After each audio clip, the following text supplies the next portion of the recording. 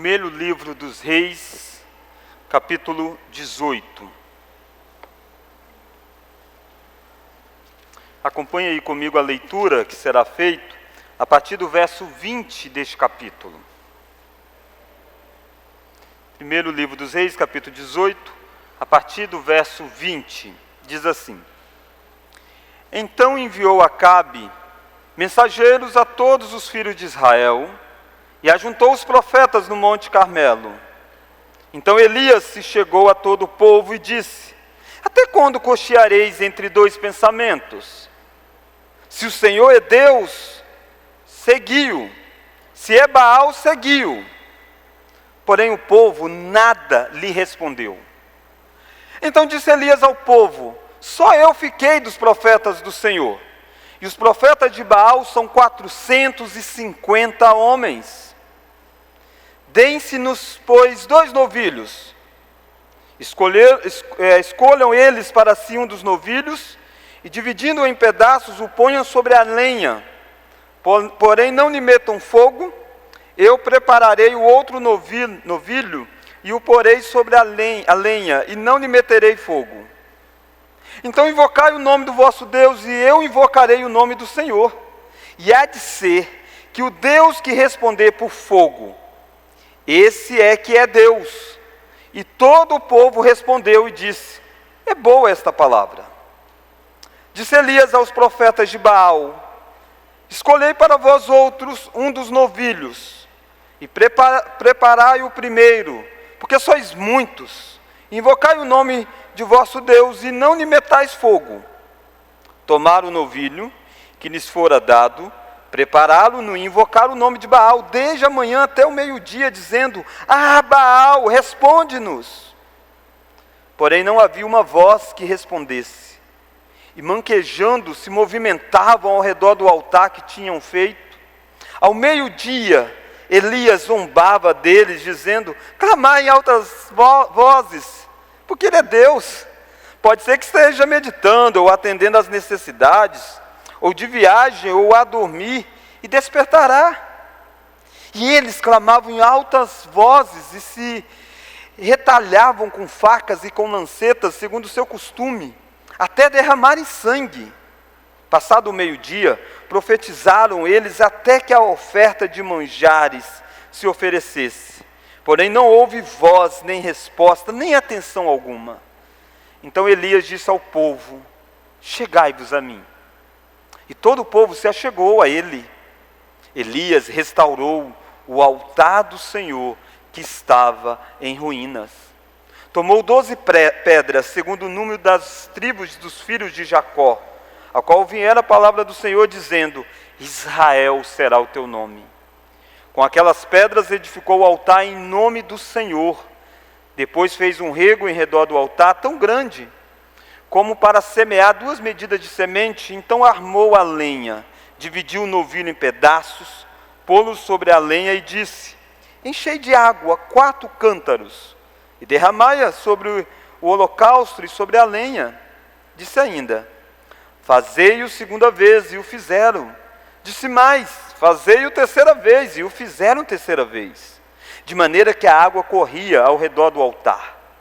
Ele encheu também de água o rego. No devido tempo, para se apresentar a oferta de manjares, aproximou-se o profeta Elias e disse: Ó Senhor, Deus de Abraão, de Isaque e de Israel, fique hoje sabido que tu és Deus em Israel, e que eu sou teu servo, e que segundo a tua palavra fiz todas estas coisas. Responde-me, Senhor, responde-me, para que este povo saiba que tu, Senhor, és Deus, e que a ti fizeste retroceder o coração deles.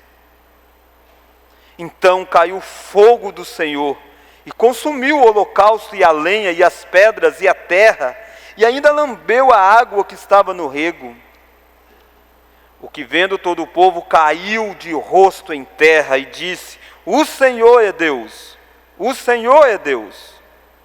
Disse-lhes Elias: Lançai mão dos profetas de Baal, que nenhum deles escape.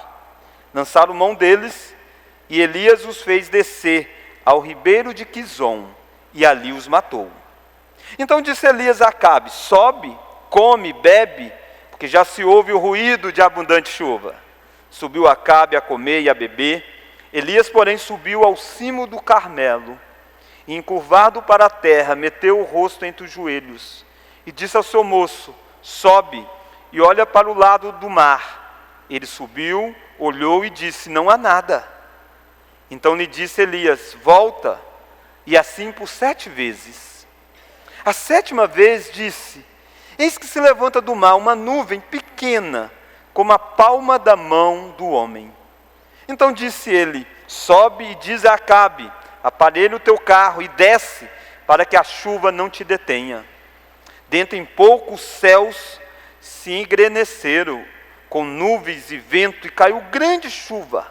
Acabe subiu ao carro e foi para Jezreel. A mão do Senhor veio sobre Elias, o qual cingiu os lombos e correu adiante de Acabe, até a entrada de Jezreel. Vamos orar? Pai bendito, Tu que ouviu a oração de Elias naquele monte, o Senhor é o mesmo Deus que ouve as nossas orações hoje, porque nós estamos achegando diante do Senhor, nos méritos do mesmo Salvador que é Jesus Cristo. Por isso, ó Deus, nos visite nessa noite falando aos nossos corações.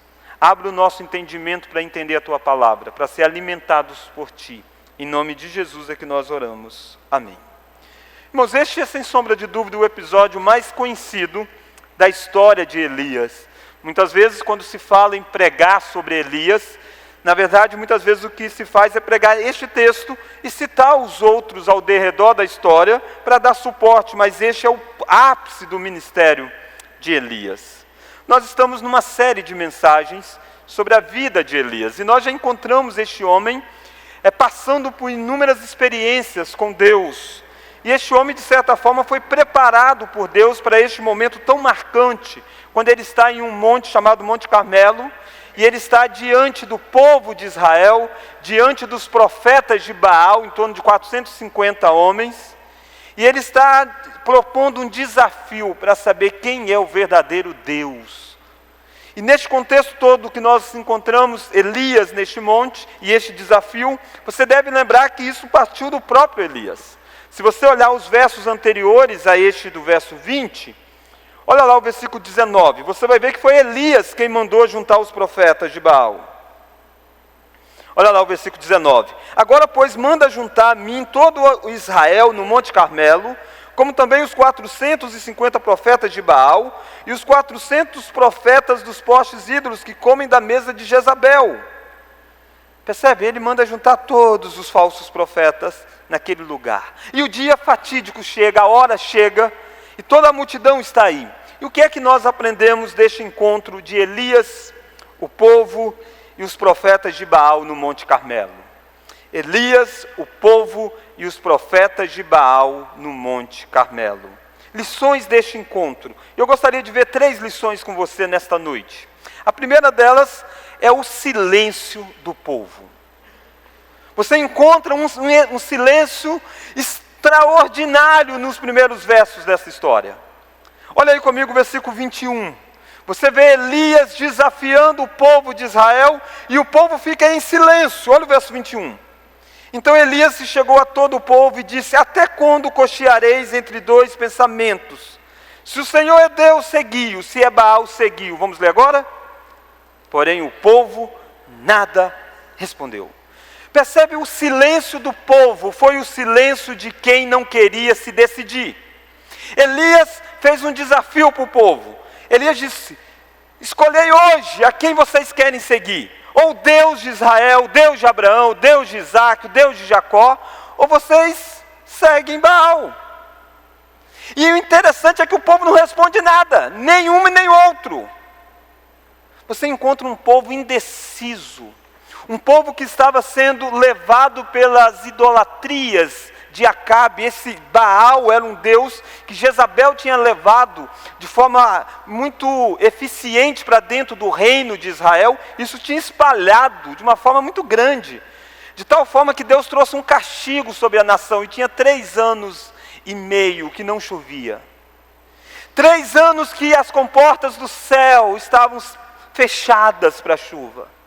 E toda essa experiência não foi suficiente para Israel perceber que Baal não era Deus. Quando Israel foi desafiada a tomar uma posição, Israel fica em silêncio. E aqui você encontra o silêncio do povo, foi o silêncio de quem não queria se decidir. Infelizmente, há muitos que vivem em um determinado silêncio da vida, muito parecido com o silêncio do povo de Israel. Um silêncio de pessoas que não querem desagradar um lado ou outro, de uma pessoa que não quer tomar a sua identidade com o povo, o silêncio de alguém que não quer se identificar com o verdadeiro Deus, o silêncio de alguém que prefere tentar ver se é possível abraçar tudo e mais um pouco. Nós vivemos uma era chamada de pós-moderna, e uma das características do pós-modernismo é uma verdade muito fluida. E aí as pessoas não se apegam mais ao que é verdadeiro. E as pessoas dizem assim, sabe de uma coisa? Existe verdade em tudo. E nós podemos ir agregando um pouquinho de cada lado. Embora isso é muito típico da pós-modernidade, mas isso não é exclusivo da pós-modernidade. Isso é fruto do coração pecaminoso do homem. Você encontra Israel agindo como um povo pós-moderno. É um povo que não quer abandonar as coisas de Deus totalmente. Esse povo não virou as costas totalmente para Deus. Esse povo não está dizendo, não, Deus de Moisés não é o nosso Deus. Não, eles não estão dizendo isso. Percebe? Quando eles são desafiados a dizerem isso, dizem que vocês não são de Deus, eles ficam em silêncio. Mas quando eles são desafiados também a dizer, então digam que vocês não são de Baal. Digam que vocês não adoram o Deus do rei, do imperador, daquele que está governando. Diga que vocês não adoram o Deus que o povo está adorando. Eles também ficam em silêncio. E o silêncio é ensurdecedor, desculpa a palavra, mas é mesmo para chamar atenção para esse fato. É um silêncio ensurdecedor, de certa forma. Porque é um silêncio que tem que nos lembrar disso. De que não decidir já é se decidir. O silêncio de Israel já é uma decisão de não abraçar as coisas do Senhor. E eu fico a pensar, se nós não temos vivido um silêncio profundo na nossa fé, no lugar em que nós trabalhamos. Se nós não temos vivido em silêncio profundo, quando as pessoas perguntam a razão da nossa esperança. Se nós não temos vivido um silêncio profundo, quando nós somos desafiados a tomarmos uma posição na nossa vida. O tempo todo na Escritura você encontra Deus desafiando o povo a tomar uma posição. Certa feita Moisés voltou, tinha ficado um tempo no monte, volta e topa uma baderna acontecendo em Israel. O povo adorando um bezerro de ouro. E naquele contexto Moisés diz assim, ei, quem é do Senhor, vem para o meu lado. Decida-se hoje. Você encontra Josué, quando entra com o povo na terra prometida, e ele diz assim, escolhei hoje a quem vocês querem servir. Se vocês vão servir a Deus ou vocês vão servir os deuses que os vossos pais serviram lá além do Eufrates. Jesus disse isso para aqueles que estavam em derredor dele. Ele disse, aquele que comigo não ajunta, espalha. Que não é por mim, é contra mim. Percebe que a Escritura desafia você a tomar uma posição na sua vida. Não é possível você servir a Deus e o dinheiro. E muitas pessoas ficam cocheando entre esses dois pensamentos. Muitas vezes as pessoas ficam cocheando entre esses dois deuses. Muitas vezes não é possível você servir a Deus e agradar a sua família. A Bíblia diz isso, que Jesus veio causar às vezes divisão dentro da própria casa. E quantas pessoas ficam em dúvida se deve servir a Deus ou agradar a família? Quantas pessoas ficam em dúvida se deve agradar a Deus ou agradar os prazeres da própria carne? E por causa dessa luta, eles nunca se definem. E nessa noite você está sendo desafiado a não ficar em silêncio. Quando Deus desafia você, Elias está dizendo, até quando cocheareis entre dois pensamentos? Até quando vocês vão ficar assim, de um lado para o outro, de um lado para o outro, querendo Deus de Israel e querendo Baal. Até quando você vai querer Deus e as coisas deste mundo? Até quando? O silêncio é ensurdecedor mesmo. Mas há um segundo silêncio nessa história. Se o primeiro silêncio é o silêncio do povo de Israel, que nada respondeu. O segundo silêncio é o silêncio daquele que não é Deus. É o silêncio de quem não pode responder. Elias então propõe um desafio. Já que o povo está em dúvida de quem é Deus, se Baal é Deus, ou se Yahvé é Deus, o Deus da aliança. Elias diz, vamos fazer um desafio. Pegue um novilho, coloque sobre o altar e clame a Baal. E Baal tem que responder com fogo. Depois eu vou colocar o novilho e vou clamar. E o Deus vai responder com fogo. E qual Deus que responder com fogo? Esse é Deus. E Elias não teme o desafio. Elias propõe o desafio e Elias diz assim, vocês podem fazer até primeiro. E se Baal respondesse com fogo, o desafio terminava aí. Elias não teria outra oportunidade. Já está provado que Baal é Deus e Elias seria até morto. Mas Elias sabe que do outro lado existe o silêncio daquele que não é Deus. E pode clamar o que for, que ele não será atendido, porque não existe alguém do outro lado da linha que não seja Deus. E esse espetáculo acontece diante dos olhos do povo. E perceba que os profetas de Baal vão começar a sua cerimônia. E olha que Elias usa uma técnica de apologética interessante aqui, que nós deveríamos aprender com Elias. Deveríamos refutar primeiro os falsos deuses. E depois nós apresentarmos o verdadeiro Deus. É isso que Elias está fazendo. Elias diz, faça aí, vamos ver o que os falsos deuses podem fazer. E olha o que acontece nessa súplica desses falsos deuses. Olha aí comigo o versículo de número 26. Então os profetas de Baal, lembra, eles são a maioria. Eles são vários, mais de 450 homens. E do outro lado está Elias sozinho. Tomaram o novilho que lhes fora dado, prepararam-no, invocaram o nome de Baal, desde manhã até o meio-dia, dizendo, Baal, responde-nos. Vamos ler agora? Porém, não havia uma voz que respondesse. Olha, não houve uma voz. Desde manhã até meio-dia e nada, nenhum som. É um outro silêncio profundo no Monte Carmelo. O silêncio daquele que não é Deus, do silêncio daquele que não pode responder. E olha que esse processo acontece e Elias começa a zombar deles. O versículo 27 diz que Elias começa a dizer, ei, grita mais alto. Será que ele não está dormindo? Pode ser que ele está descansando, pode ser que ele está fazendo as suas necessidades, pode ser que ele esteja de viagem. Grite mais alto. E eles começam a gritar, eles dançam em volta do altar, eles começam a se cortar, e eles começam a fazer uma cena profunda. E o texto diz, olha lá o versículo de número 29 agora. Passado do meio-dia, profetizaram eles, até que a oferta de manjar lhes se oferecesse. Vamos ler?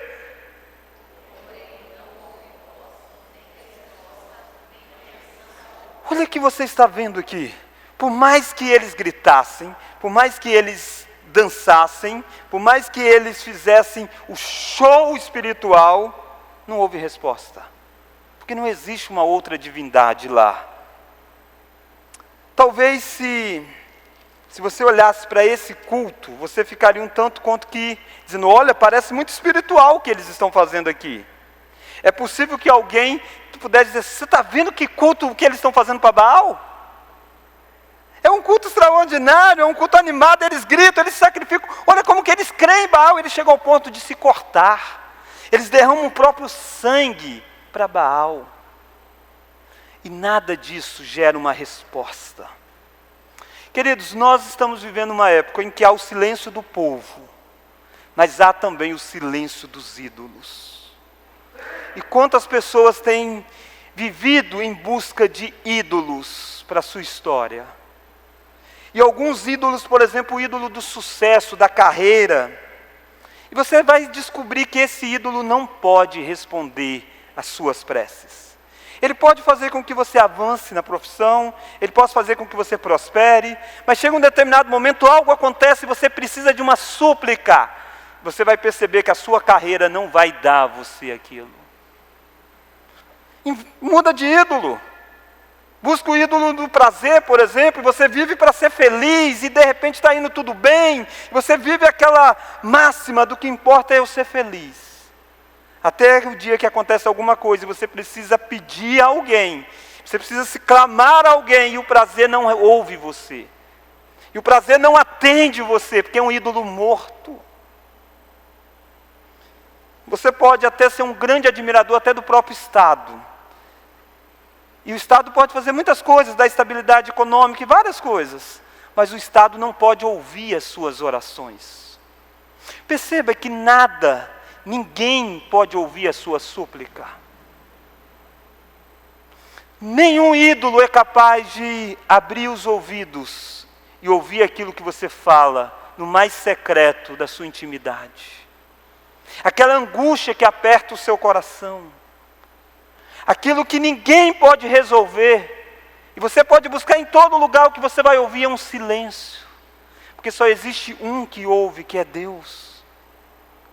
Perceba como que há um silêncio aqui. Porque eles estão clamando na fonte errada. Porque eles estão vivendo em busca de ídolos mortos. E a Bíblia diz que os ídolos, eles têm olhos, mas não veem. Têm boca, mas não falam. Têm ouvidos, mas não ouvem. E a minha pergunta para você é: será que você ainda está cocheando entre dois pensamentos? Que triste é cochear entre dois pensamentos. Que triste é cochear entre o Deus vivo e o Deus morto dos ídolos. O Deus morto dos ídolos não vai ouvir você. E os profetas de Baal passam vergonha, Israel passa vergonha, porque Israel estava adorando essa divindade Baal mais de 3 anos e não tinha chuva.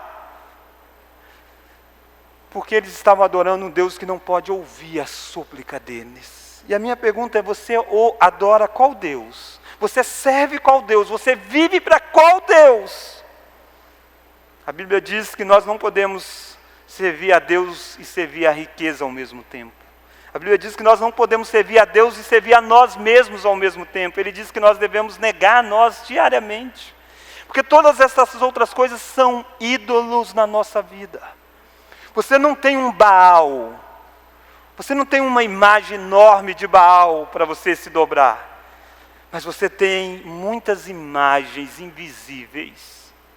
O seu próprio ego, sua própria desejo carnal. E essas coisas muitas vezes se tornam os nossos ídolos. Mas nessa noite eu quero que você perceba que eles são mortos. Eles não podem dar aquilo que promete. Eles não podem fazer aquilo que você acha que eles podem fazer. Basta você orar a eles, pedir a eles, você vai ver que não acontece. Ao contrário, eles sufocam você. Irmãos, Jesus Cristo foi alguém que fez uma oração também, quando ele estava sendo crucificado. E ele diz: Pai, em tuas mãos entrego o meu espírito. Já imaginou se Jesus tivesse orado para um Deus que não existisse? Se ele tivesse entregado o espírito dele nas mãos de Baal, a oração de Jesus nunca teria sido ouvida. Mas Jesus orou para o Deus que ouve. E 3 dias depois o espírito de Jesus voltou ao corpo. E Cristo está vivo. Porque Jesus orou a um Deus que ouve. Que nós possamos entender que os ídolos são mortos, não podem ouvir as nossas orações. Mas mais do que não ouvir as nossas orações, os ídolos também não podem perdoar os nossos pecados. Porque o que é que está acontecendo aí? O que está acontecendo aí é um sacrifício. Já reparou? Eles estão oferecendo um novilho. O que tem a ver um sacrifício? Está dando uns pipoco aí. Eles estão falando que é aqui, mas sei não se é aqui, hein? Ei, voltou o som? Perceba como que eles estão oferecendo um sacrifício. Por que eles estão oferecendo um sacrifício? Porque o Deus que respondeu o sacrifício é o Deus que perdoa pecados. E Baal não pode perdoar pecados. Baal não pode resolver os pecados do povo, como os ídolos não podem. Nenhum dinheiro é capaz de apagar suas transgressões do passado. É capaz de você dar uma enrolada nessa sociedade aqui, mas não apaga o seu pecado do passado. Você sabe disso. Você sabe daqueles erros do passado. Nada que você faça neste mundo resolve aquilo, a não ser o Deus vivo, o Deus verdadeiro, aquele que é o Cordeiro de Deus que tira o pecado do mundo. A nação de Israel não podia ter os pecados perdoados por um Baal. Nós podemos ter o pecado perdoado por Jesus Cristo. Ele foi a oferta aceita por Deus. Mas olha comigo a terceira lição, terceira e última. Então nós estamos vendo Elias, o povo e os profetas de Baal no Monte Carmelo. Primeira lição, o silêncio do povo foi o silêncio de quem não queria se decidir. Segundo, o silêncio daquele que não é Deus, é o silêncio de quem não pode responder. Foi o silêncio de Baal. Terceira lição, a resposta de um Deus vivo. Olha a resposta de um Deus vivo. Olha aí comigo a partir do versículo 30. A partir do versículo 30 você vê Elias agora clamando a Deus. Verso 30, vamos ler? Então Elias disse a todo o povo: chegai-vos a mim. E todo o povo se chegou a ele. Elias restaurou o altar do Senhor que estava em ruínas. Você sabe que Deus irá responder. Esse Deus é vivo, esse Deus ouve. Mas como que esse processo da resposta de Deus se dá? Veio a um altar restaurado. Para que Deus pudesse ouvir as orações, foi necessário restaurar o altar do Senhor que estava em ruínas. O altar do Senhor tinha sido desprezado por todo o povo de Israel. O lugar onde os sacrifícios eram feitos tinha sido desprezado, abandonado, deixado destruído. E Elias diz: ei, nós precisamos restaurar o altar. Se você quer ouvir a voz de Deus, você precisa perceber a necessidade de ter o altar restaurado.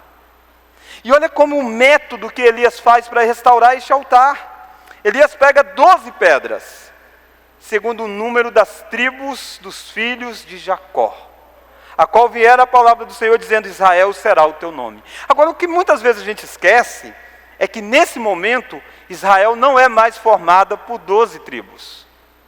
Como assim, pastor? Israel foi criado com 12 tribos.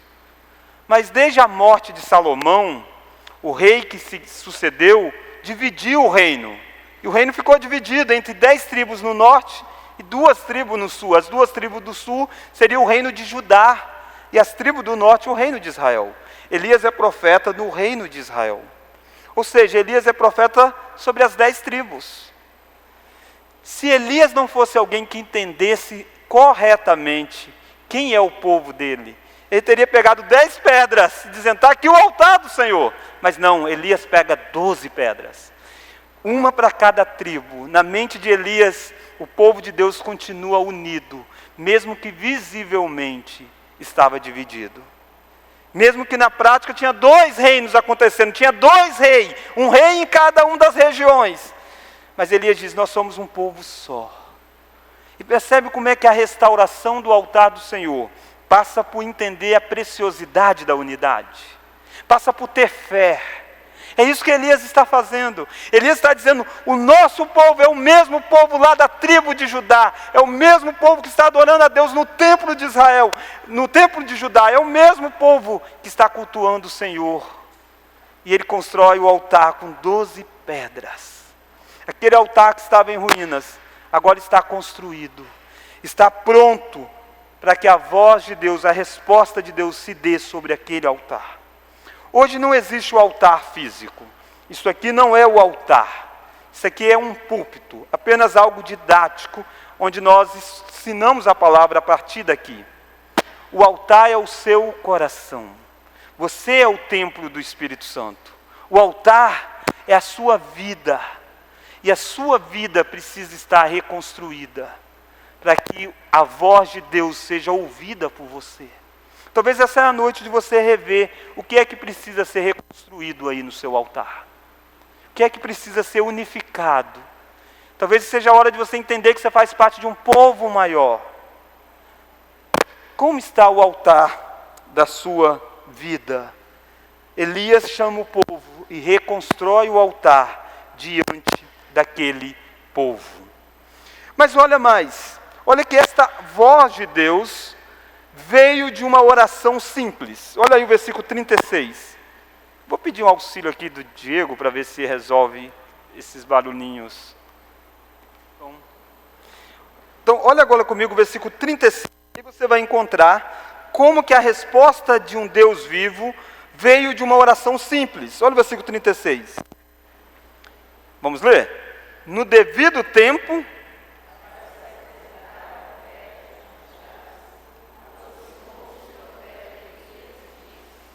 ó Senhor, Deus de Abraão, de Isaque e de Israel, fique hoje sabido que Tu és Deus em Israel, e que eu sou Teu servo, e que segundo a Tua palavra fiz todas estas coisas. Responde-me, Senhor, responde-me, para que este povo saiba que Tu, Senhor, és Deus, e que a Ti fizeste retroceder o coração deles.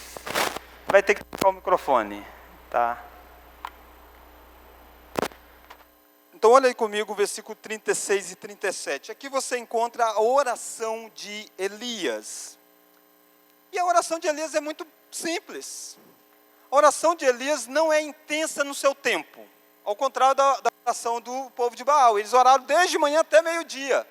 Elias chega e diz essas palavras, e a voz de Deus é ouvida, Deus responde.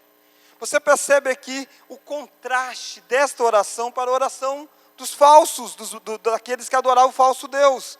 As orações dirigidas a Baal eram intensas, duravam, foi gritada, você olha o versículo 28, diz que eles gritavam cada vez mais alto. Você percebe que teve danças em volta do altar. Você encontra a oração do Baal sendo marcada por penitência, cortavam a si mesmo, e nada disso em Elias. Se você olhasse o culto dos dois, você teria dito assim, sabe de uma coisa, esse povo de Baal adora tão mais entusiasmado do que Elias. O culto bonito é o culto de Baal.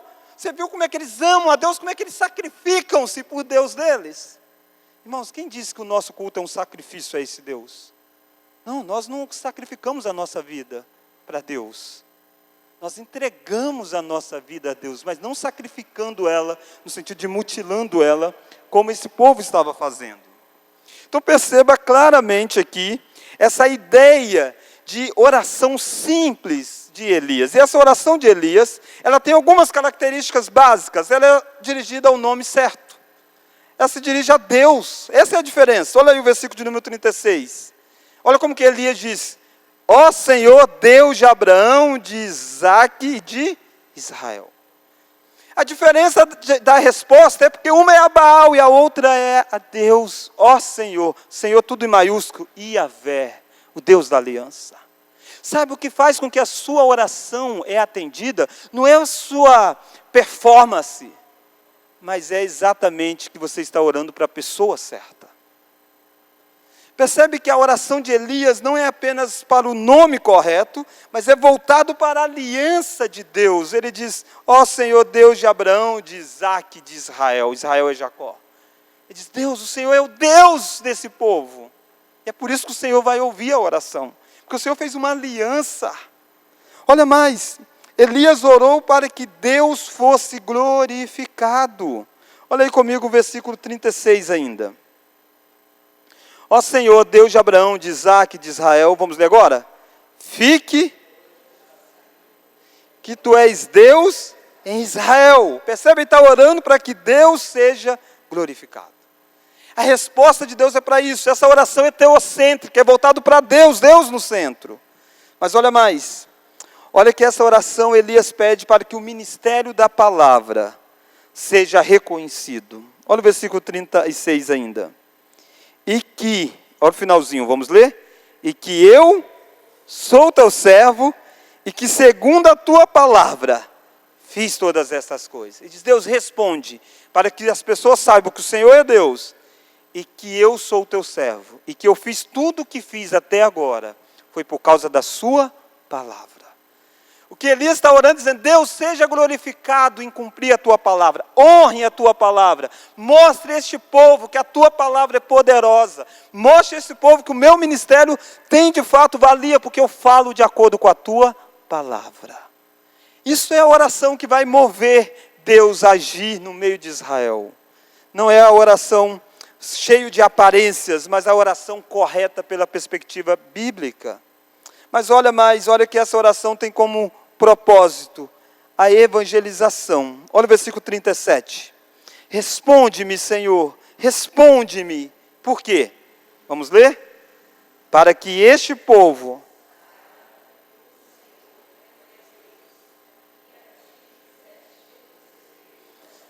Ele diz, para que o povo saiba que o Senhor é. Ele está orando pela conversão do povo. Ele diz, a resposta do Senhor vai despertar o coração desse povo.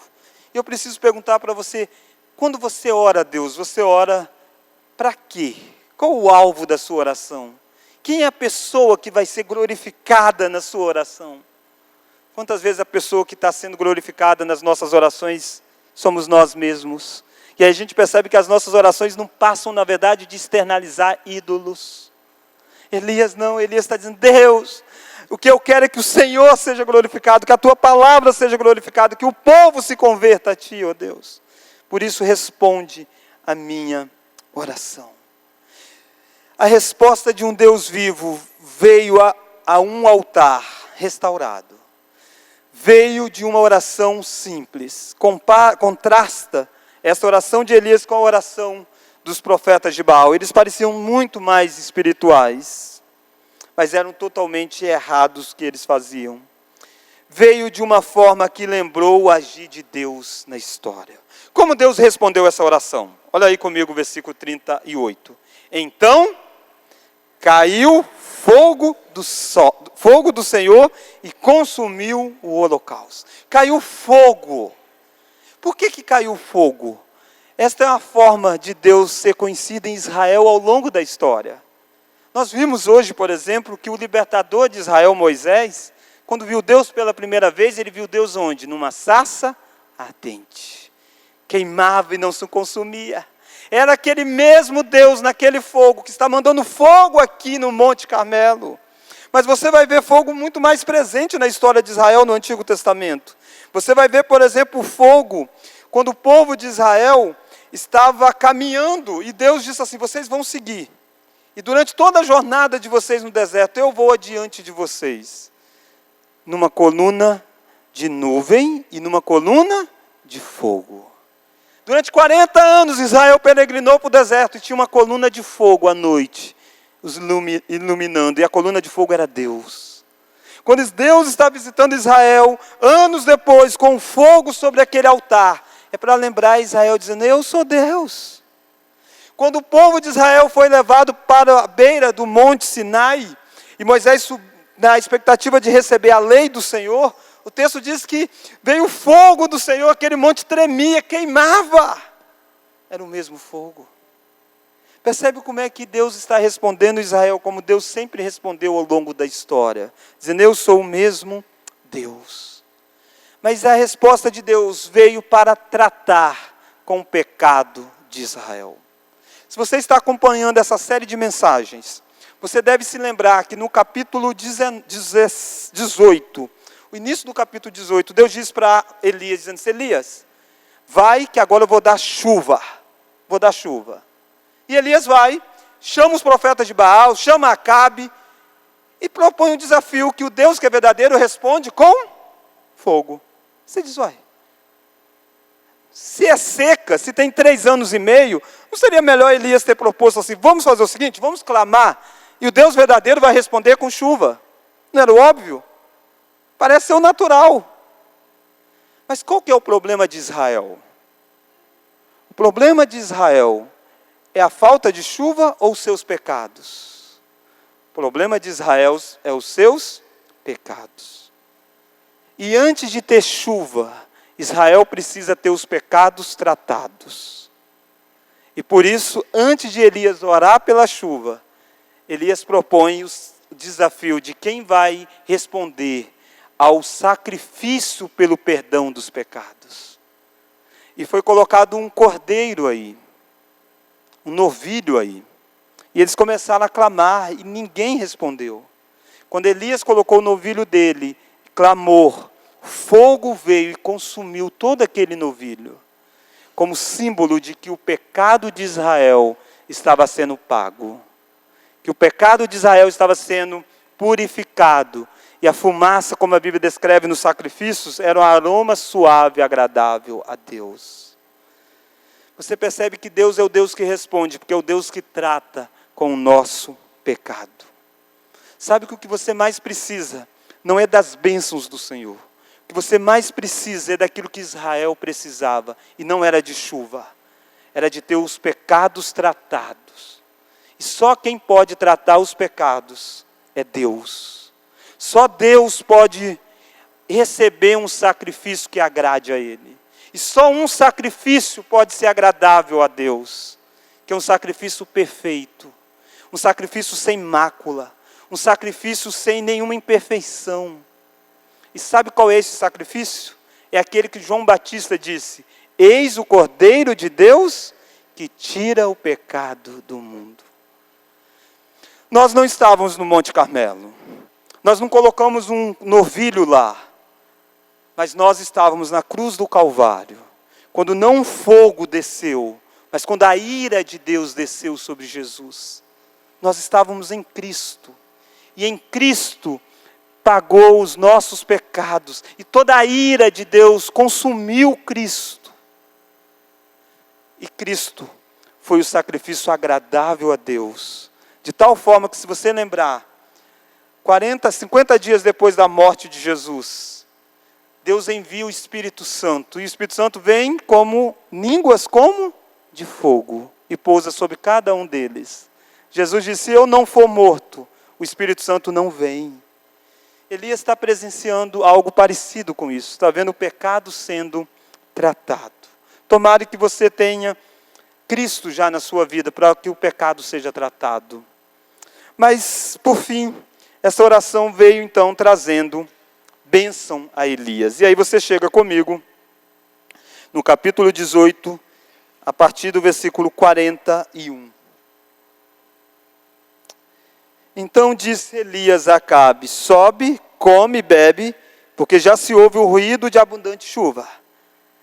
Acabe vai comer e beber, e Elias vai para o cimo do Carmelo e começa a orar a Deus, pedindo chuva. Aquilo que Deus já tinha prometido, aquilo que Deus tinha dito: é isso que eu vou fazer. Agora que o altar foi restaurado, agora que o pecado foi tratado, pode sim descer chuva sobre o povo de Deus. E as bênçãos do Senhor é derramado. Depois de 3 anos e meio que não chovia, nem orvalho existia na terra, caiu grande chuva, abundante chuva, porque Deus é Deus, porque Deus está vivo. E naquele dia no Monte Carmelo, aquele povo de Israel se dobrou no chão e disse: o Senhor é Deus, o Senhor é Deus, o Senhor é Deus. Aquele povo envergonhado de no início ter dito, ficado em silêncio, ter dito: não dá para se posicionar. O que é que nós aprendemos de tudo isso que nós vimos nessa noite?